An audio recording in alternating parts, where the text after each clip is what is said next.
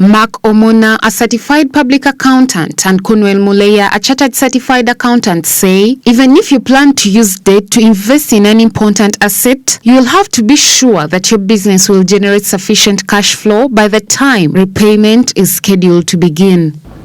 And you go and borrow because you think that, because not just think, but because you've looked at your business.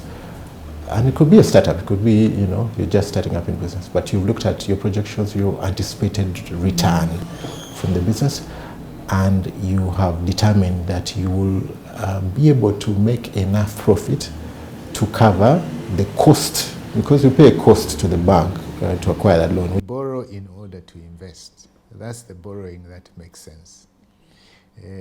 Sometimes you can borrow because your own income is delayed from being received.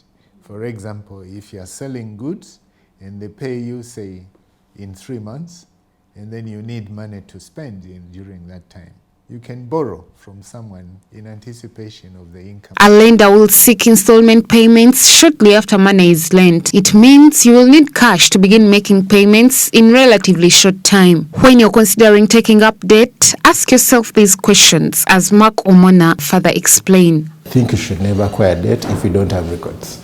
If you don't have records and you don't have a report telling you how much money you're making, you might be setting yourself up for problems.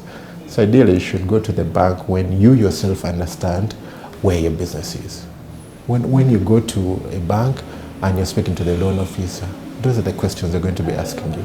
How long have you been in business? Is it generating money? Do you have, how much profit do you make? Those kind of questions.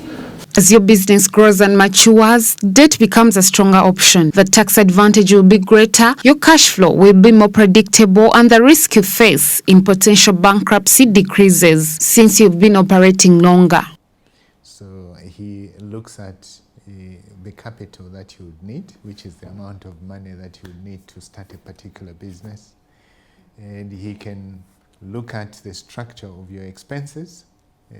So which means how much are you going to be spending on what item, and will that money be enough to make you sustain your business and make it go on?